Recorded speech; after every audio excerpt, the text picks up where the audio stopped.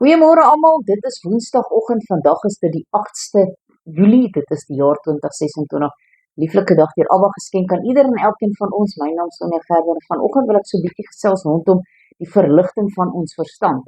Nou, ons verligting van ons verstand is om die waarheid in God te vind. Efesiërs 1 vers 15 tot 21 sê Paulus daar, daarom vandat ek gehoor het van die geloof wat julle het in die Here Jesus, wat onder julle is en die liefde tot alle heiliges, hou ek ook nie op om vir julle te dank as ek aan julle in my gebede dink nie, dat die God van ons Here Jesus Christus, die Vader van die heerlikheid, aan julle die gees van wysheid en openbaring in kennis van hom mag gee, verligting, oë van julle verstand, sodat julle kan weet wat die hoop van sy roeping en wat die rykdom van die heerlikheid van sy erf onder die heiliges is, en die wat die uitnemende grootheid van sy krag is vir ons wat glo na die werking van die krag van sy sterkte wat hy gewerk het in Christus, toe hy hom uit die dode uit opgewek het en hom laat sit het aan die regterhand in die hemele, wo alle owerheid en mag en krag en heerskappy en elke naam wat genoem word, nie alleen in hierdie wêreld nie, maar ook in die toekomstige.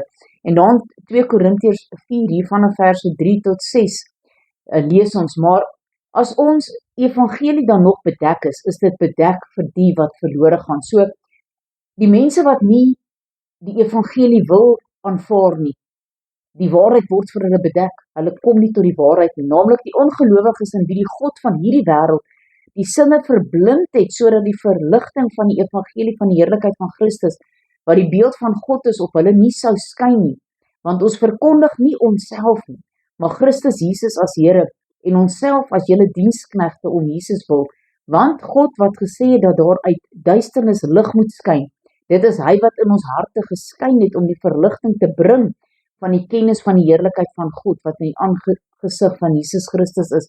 Nou die Here openbaar vir ons woord, en dan kan ons dit met ander deel, en dit is net awesome. Johannes 1, hiervan vers 6 tot 13, en daar was 'n man van God gestuur, wie sy naam Johannes was. Hy het tot die getuienis gekom van die lig en daarvan getuig, sodat almal deur hom sou glo. Hy was nie die lig nie, maar hy het van die lig getuig.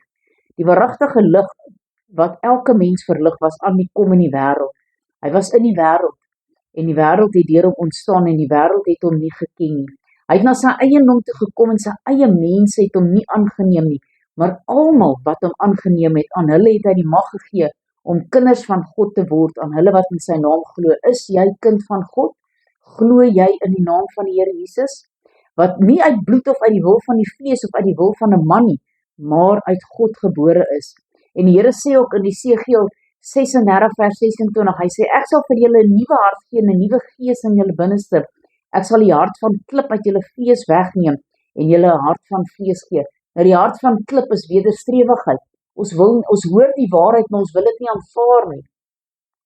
Filippense 2 vers 12 en 13, daarom my geliefdes, soos julle altyd gehoorsaam gewees het, nie in my teenwoordigheid alleen nie, maar baie meer nou in my afwesigheid, werk julle eie heil uit vrees en bewing, want dit is God wat in julle werk om te wil, sowel as om te werk na sy welbehae.